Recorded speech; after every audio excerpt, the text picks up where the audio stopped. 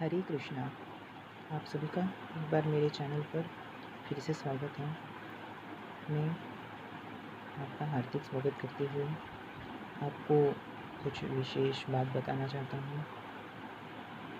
आप में से कई जानते हो जो मेरा लास्ट वीडियो प्रभु श्री कल्कि के ऊपर था, तो मेरा जो ये वीडियो है वो उनसे जो हम जब मिलेंगे तो उसमें हमें सहायता ही करेगा ये। तो ज़रा ध्यान से सुनिएगा। मुझे कई लोगों के प्रश्न आते हैं, वो पूछते हैं मुझसे कि हम मोह माया से कैसे निकलें। बहुत कठिन लग रहा है कि हम मोह माया से कैसे निकलें।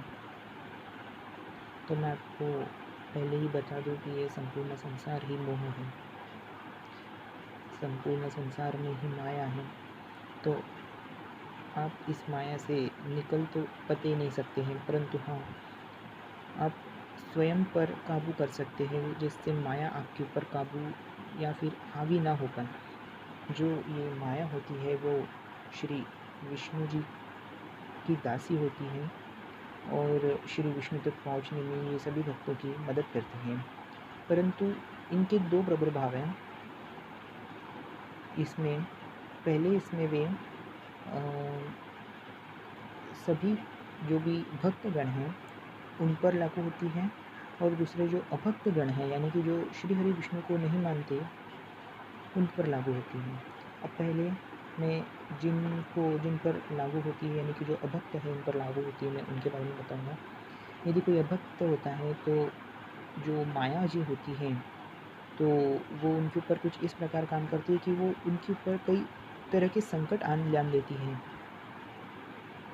जैसे कि हम बोल सकते हैं कुछ ऐसा कर देगी माया कि आपको भगवान की शरण में जाना ही होगा, जिस वजह से आप भगवान की शरण ठुकरा नहीं सकते हैं। और ये जब वो व्यक्ति जब तक के भगवान की शरण में नहीं जाता तब तक माया जी अपना प्रभुत्व उसके ऊपर बनाए रखती हैं। और जो दूसरी बार होता है वे होता है भक्तों पर वे कुछ इस प्रकार आप काबू करती हैं कि वे उन्हें श्री हरि तक जाने ही नहीं देती। कभी कहती है कि आज मत जाना, कल जाना। अतः वो अपने माया में ही कुछ इस प्रकार लिपट देती है कि वो प्रभु तक पहुंच ना पाए। अतः हम अंत में ये बोल सकते हैं कि वो हमारी परीक्षा लेते हैं कि हमारी भक्ति की शक्ति में कितनी शक्ति है।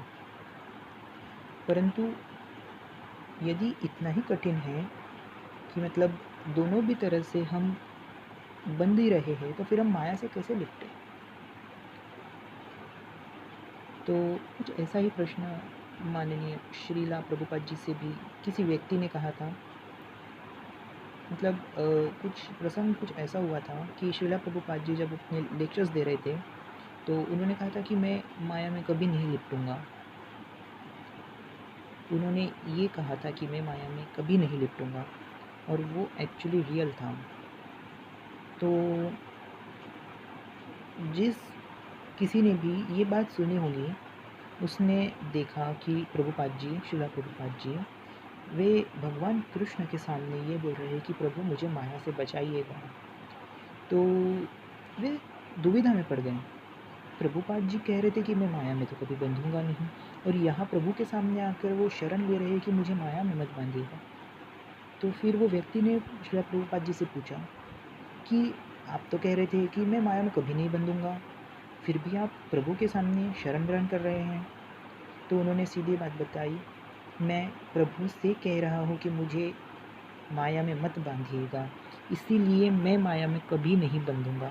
मैं हर वक्त यही प्रार्थना करता हूँ कि मैं माया में कभी ना बंधूँ, इसलिए मैं माया में कभी नहीं बंधूंगा।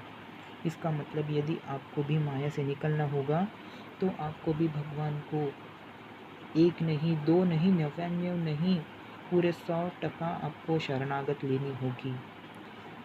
आप जानते होंगे ये जो संसार है ये माया का संसार है। मैंने जैसे पहले बताया हुआ हूँ कि जो ये संसार है वो माया है। इसका मतलब आप जानते हैं कि ये जो जगह है वो माया की जगह है, उसका एरिया है ये। उसके एरिया में हम कितनी देर टिक सकते हैं। जो 1% होगा तो भगवान को समर्पित हो तो बिल्कुल कतई नहीं टिक पाएगा। जो 2% होगा हो सकता है 1% वाले से थोड़ा बेहतर कर ले। जो 50% होगा वो और अच्छा कर ले, परंतु माया से कतई नहीं छूट पाएगा। जो 99.99% भी भगवान को समर्पित हैं तो भी वह माया से छूट नहीं सकता। केवल वही लोग छूट सकते हैं जो प्रभु पर 100% विश्वास करते हो, 100% ध्यान देते हो। आपके पास भगवान ने 2 कान दिए हैं, एक कान में भगवान श्री कृष्ण की वाणी होगी और दूसरे कान में माया की वाणी होगी। दोनों ही एक ही शक्ति हैं, परंतु आपको प्रभु की आवाज़ पर ही ध्यान देना होगा, क्योंकि माया आपको अपने ओर खींचने का पूर्ण प्रयास करेगी, परंतु आपको माया पे ध्यान नहीं देना है।